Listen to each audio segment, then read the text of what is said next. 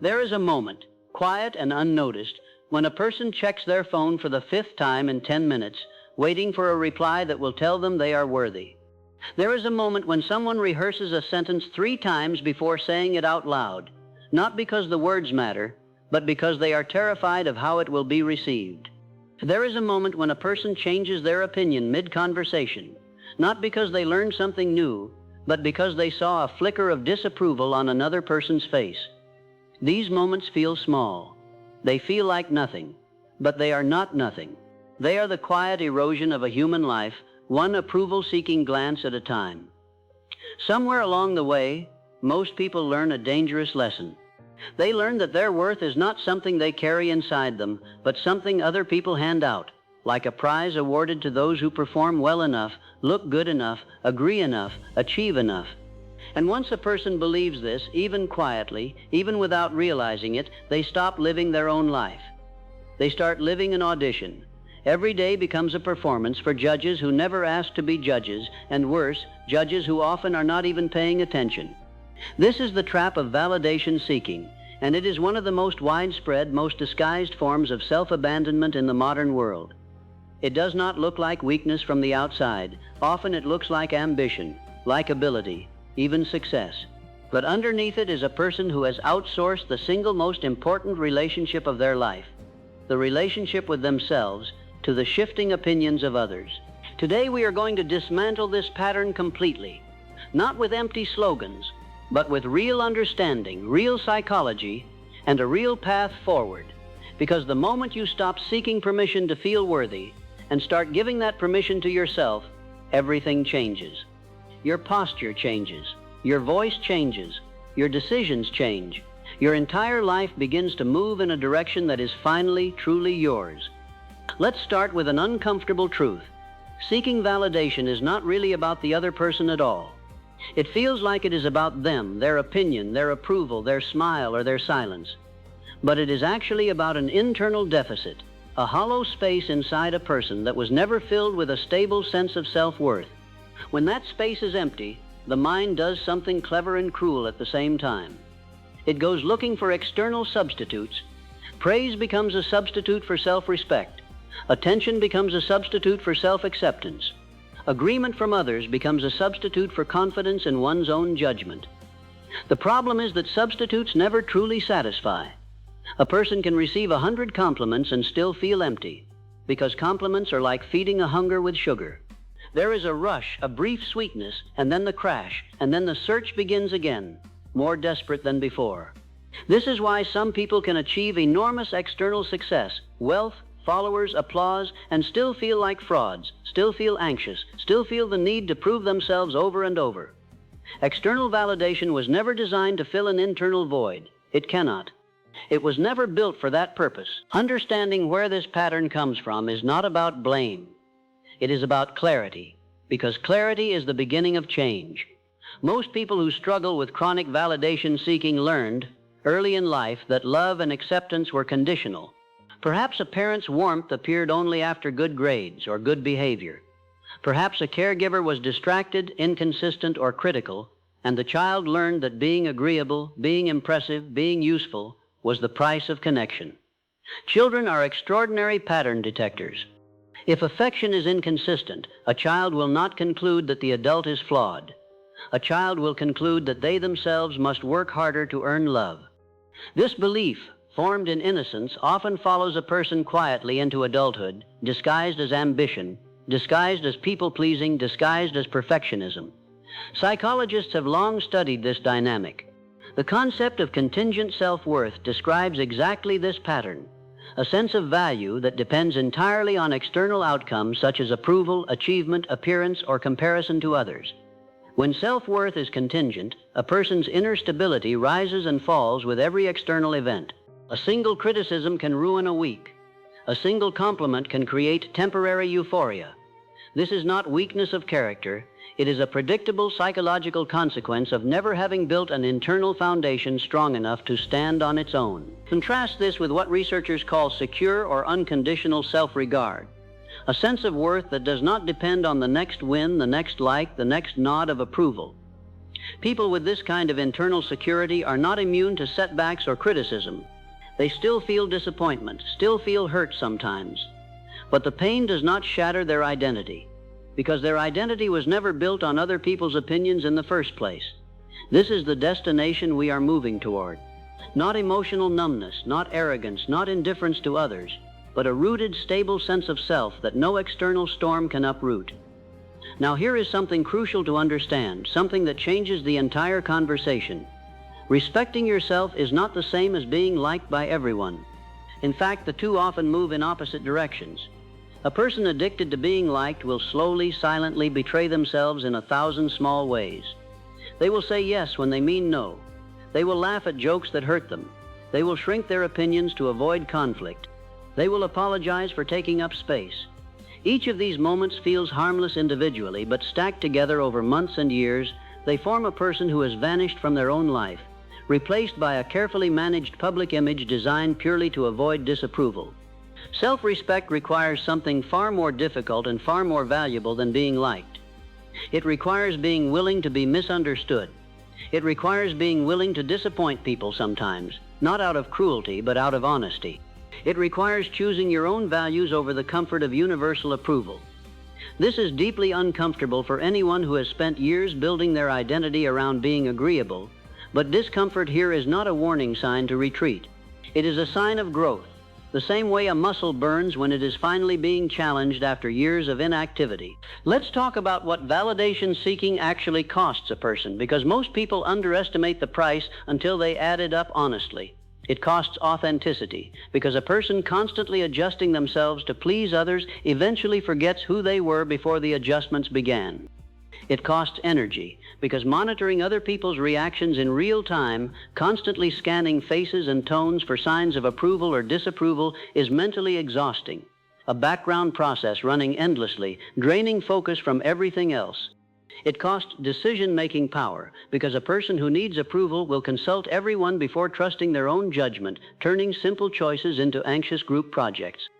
And most painfully, it costs self-trust, because every time a person overrides their own feelings to please someone else, they send themselves a quiet message. Your feelings do not matter as much as their comfort. Repeated enough times, that message becomes identity. There is a particular kind of exhaustion that comes from a life built on performance rather than authenticity. It is different from physical tiredness. It is the exhaustion of never fully exhaling, never fully being off duty, because there is always an audience to consider, always a version of yourself to maintain. People trapped in this pattern often describe a strange loneliness, even while surrounded by others, because if no one has ever met the real, unfiltered version of you, then no one can ever truly know you, and being known is one of the deepest human needs there is. So how does a person actually reclaim themselves from this pattern? Not through a single decision, but through a series of deliberate shifts practiced daily until they become the new default. The first shift is recognizing the difference between feedback and worth. Feedback is information about a specific action, a specific piece of work, a specific moment. Worth is your fundamental value as a human being. These are not the same thing, though the anxious mind loves to merge them together. If someone criticizes a project you made, that is feedback about the project. It says nothing about your value as a person. But a mind wired for validation seeking instantly translates criticism of an action into an indictment of the self. Learning to separate these two categories consciously again and again is one of the most liberating mental disciplines a person can develop. When criticism comes, the question is never, am I worthless? The question is simply what, if anything, is useful here, and what can be set aside. The second shift is understanding that other people's opinions are usually not even about you.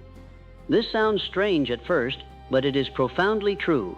Most people are so consumed by their own worries, their own self-doubt, their own internal narratives, that they spend very little actual attention evaluating anyone else. The disapproving look you obsessed over for an hour was probably forgotten by the other person within seconds, because they were thinking about their own deadline, their own relationship, their own fears. This is not meant to make you feel insignificant. It is meant to set you free. You are not being watched and judged nearly as intensely as your anxious mind insists. Most of the audience you are performing for exists only in your imagination. The third shift is learning to sit with disapproval without collapsing. This is where real transformation happens, because it cannot be understood only intellectually, it must be practiced experientially. Every time you make a choice aligned with your values, knowing that someone might disagree or disapprove, and you survive that discomfort without abandoning your position, you build what could be called psychological muscle. The first few times are the hardest. The disapproval feels enormous, almost unbearable. But like any exposure to a feared stimulus, the intensity decreases with repetition. Eventually, a person can hear disagreement, even criticism, and simply notice it, evaluate it calmly, and move forward without their entire sense of self trembling. The fourth shift is redefining what strength actually means. Society often confuses self-respect with coldness, with arrogance, with not caring about anyone. This is a complete misunderstanding. True self-respect is not the absence of care for others. It is the presence of care for yourself alongside that care for others. A person who respects themselves can still be kind, still be generous, still be deeply loving. The difference is that their kindness comes from abundance and choice, not from fear and obligation. They give because they want to, not because they are terrified of what happens if they don't. This distinction changes everything about how relationships feel, both to the giver and to the receiver. The fifth shift involves language, the words a person uses internally when they make a decision that might not please someone else. Instead of thinking, "I hope they're not upset with me," a person practicing self-respect learns to think, "I trust that this choice reflects who I am, and I can handle whatever response follows." This is not arrogance, it is emotional preparedness. It is choosing in advance to value integrity over approval, so that when disapproval does arrive, it does not catch you off guard and dismantle your resolve. There is an old idea, echoed across centuries of philosophical thought, particularly within Stoic traditions, that peace comes not from controlling how others perceive you, which is impossible, but from controlling your own responses, your own values, your own actions, which is entirely within your power. The ancient Stoics divided life into what is within our control and what is not. Other people's opinions belong firmly to the second category. No matter how thoughtfully you speak, how carefully you behave, how much good you do, some people will misunderstand you, criticize you, or simply not like you. This is not a flaw in your character. It is a fundamental feature of being a human being living among other complex, imperfect human beings with their own histories, insecurities, and biases. Trying to control something inherently uncontrollable is not discipline. It is a recipe for permanent anxiety. Once a person genuinely absorbs this truth, something remarkable happens. The exhausting project of managing everyone's perception simply stops. Not because the person stops caring about others, but because they redirect their energy toward what is actually productive, their own effort, their own honesty, their own growth. This redirection is not selfish. It is, paradoxically, what allows a person to show up more authentically and more generously for others, because they are no longer operating from scarcity and fear. Let's talk about a related and equally important concept: the difference between confidence and self-respect. Confidence often refers to belief in one's abilities, the trust that you can accomplish a task or handle a challenge. Self-respect goes deeper. It is the belief that you deserve basic dignity, honesty, and consideration, regardless of your performance. A person can be highly confident in their skills at work and still lack self-respect in their personal relationships, tolerating disrespect, dishonesty, or neglect because some part of them believes they must earn better treatment through more effort, more accommodation, more self-sacrifice. Self-respect sets a floor beneath which you will not go, regardless of how much you want someone's approval. It says, "I will not shrink myself to keep you comfortable. I will not stay silent about mistreatment to preserve a relationship. I will not chase people who consistently make me feel small." This is not about becoming unreasonable or unforgiving. It is about recognizing that a relationship, a friendship, a job, or any form of connection that requires you to abandon your own dignity to maintain it is not actually offering you real connection. It is offering you a conditional, fragile arrangement disguised as belonging. There is a particular kind of freedom that arrives the moment a person stops needing everyone to understand them. Not everyone will. Some people are simply not equipped, by their own limitations or life experience, to see you clearly. Waiting for universal understanding before you feel comfortable being yourself is waiting for something that will never fully arrive. The people capable of truly appreciating your honesty, your boundaries, your authentic self will reveal themselves naturally once you stop performing for everyone else. And the people who only valued the performance, who only liked the agreeable, shrinking version of you, will often fade away. This is not loss. This is clarification. It is worth being honest about something here. The process of building self-respect after years of validation seeking is not comfortable, and anyone who tells you it is comfortable is not being truthful. There will be moments of guilt when you say no for the first time in a relationship built on your automatic yes. There will be anxiety the first time you share an unpopular opinion instead of quietly agreeing. There will be a strange grief, almost like mourning, as you let go of the old identity, the accommodating, easy, low-maintenance version of yourself that others found so convenient. This grief is real and deserves acknowledgement, not dismissal. But on the other side of that discomfort is something far more valuable than temporary approval. It is the steady, quiet strength of a person who finally, fully belongs to themselves. Consider what happens practically when a person begins to embody this shift. Decisions become faster, because there is no longer an exhausting mental survey of everyone's potential reaction before making a choice. Relationships become more honest, because people are responding to your real thoughts and feelings rather than a curated performance. Energy increases significantly because an enormous amount of mental bandwidth previously spent monitoring and managing perception becomes available for actual living, creating, working, resting.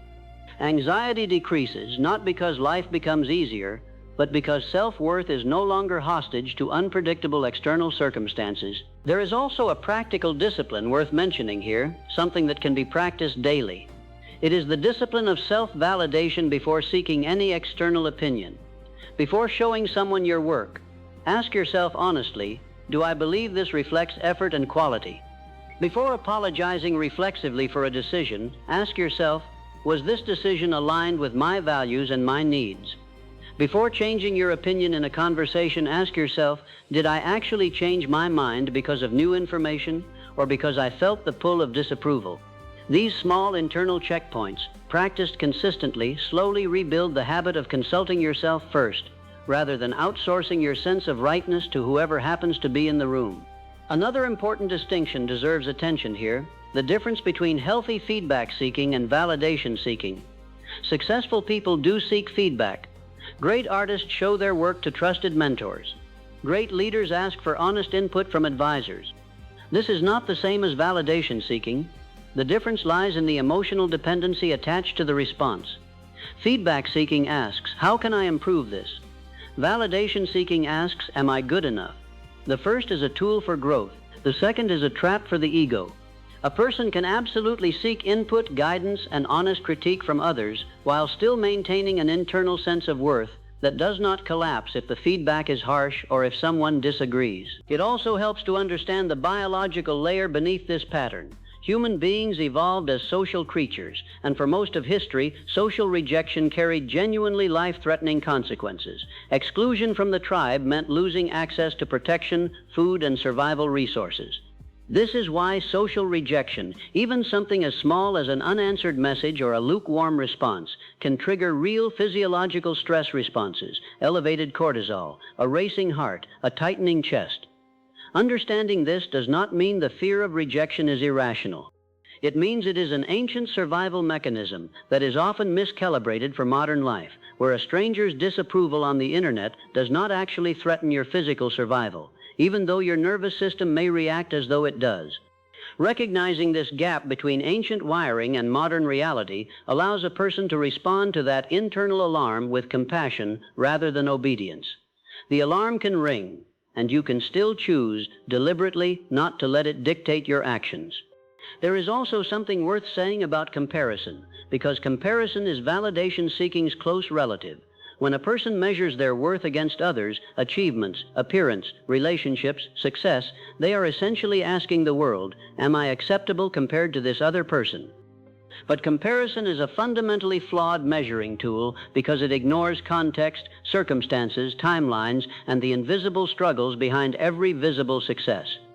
A person who builds their sense of worth on being better than others is just as fragile as a person who builds their worth on being liked by others, because both foundations depend entirely on external, uncontrollable variables. The only sustainable foundation is internal, rooted in your own values, your own effort, your own growth relative to your own past self, not someone else's highlight reel. Let's speak plainly about what it actually looks like to respect yourself in daily practice.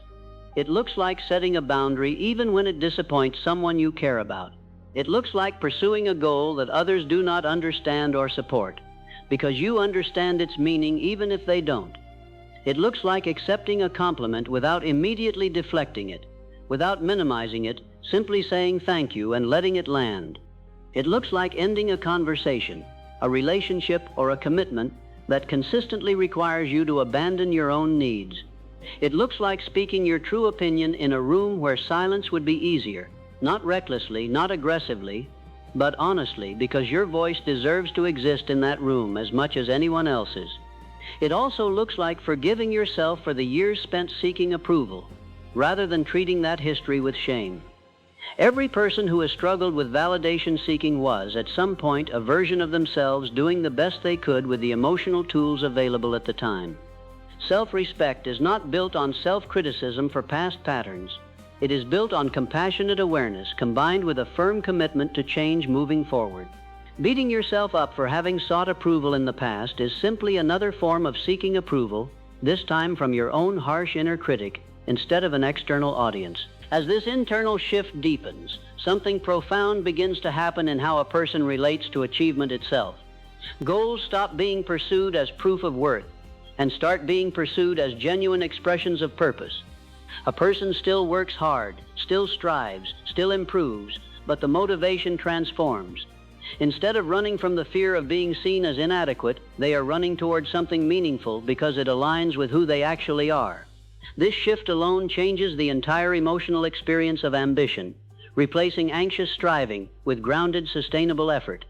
There will be people in your life who preferred the old version of you, the one who always agreed, always accommodated, always sought their approval before trusting your own judgment.